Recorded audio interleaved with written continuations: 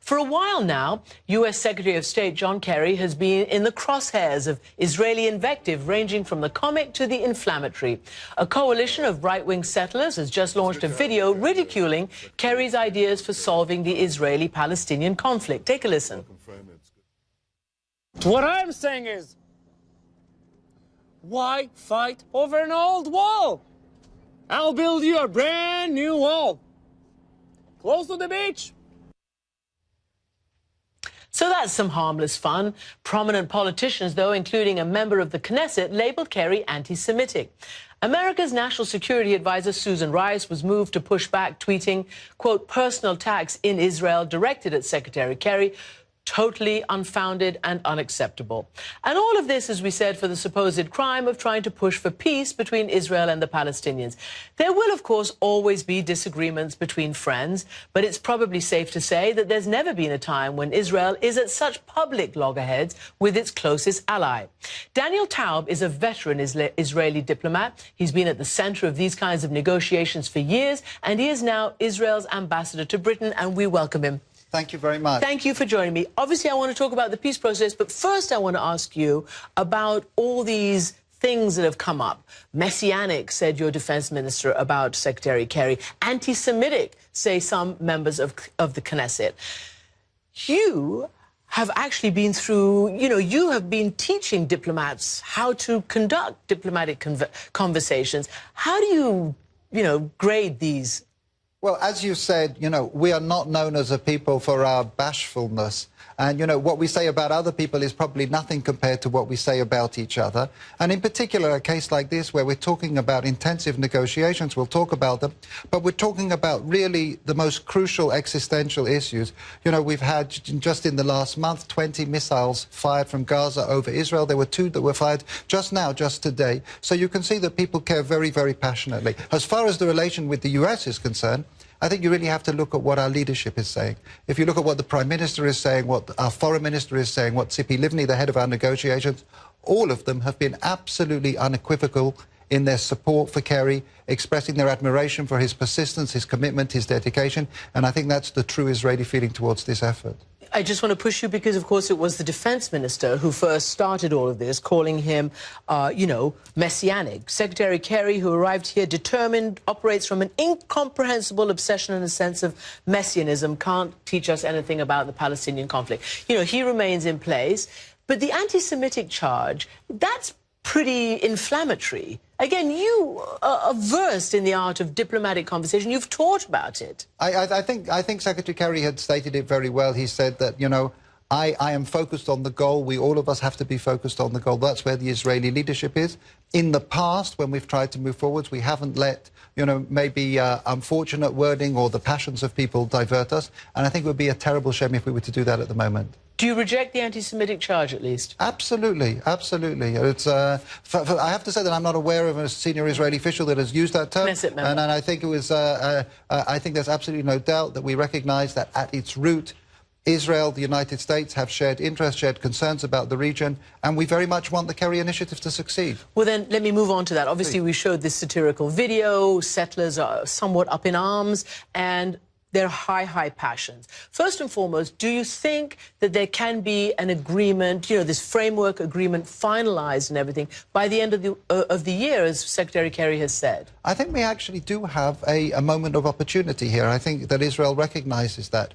I think that some of the traditional spoilers in our region, like the Hezbollah terrorist organisation, like the Hamas terrorist organisation, are actually on the back foot at the moment, particularly Hezbollah for the support that it's giving to Assad in Syria. I think that there are other countries, our neighbours, are looking like us at some of the potential dangers in the region, particularly if you were to see Iranian hegemony.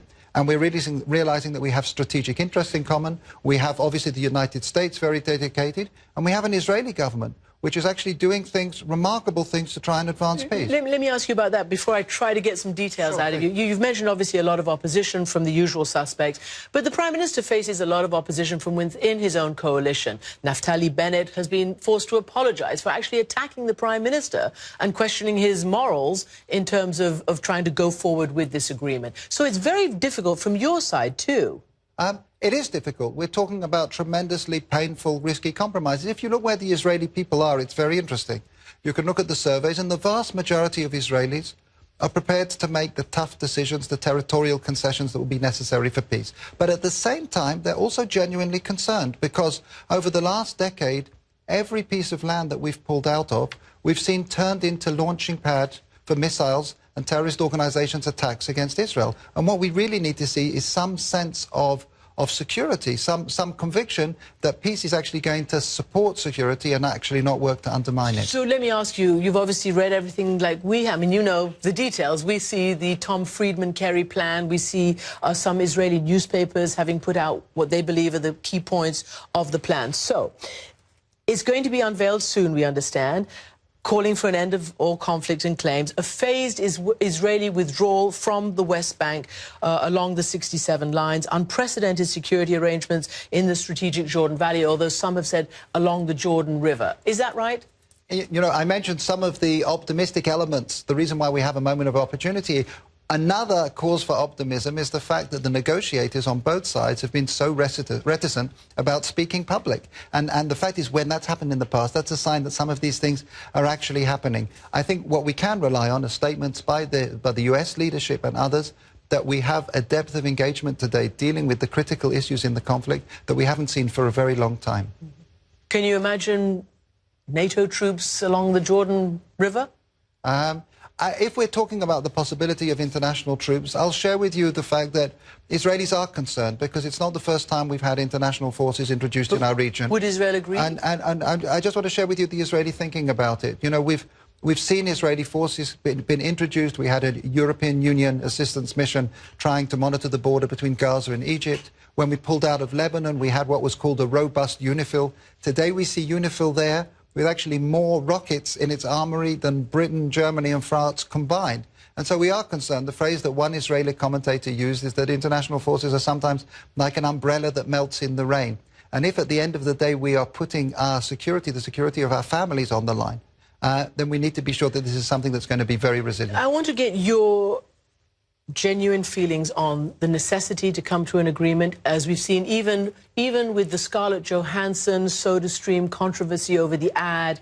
The idea of boycotting and sanctions, that whole BDS movement, is now entered the mainstream. There are many, you know, big European entities that are boycotting and divesting and stuff. Are you concerned about that? Is that something, the expansion of this, that is concerning Israel right now? We are concerned about it. I don't think that is the reason that we want peace. Actually, the reason that we want peace is because we want peace.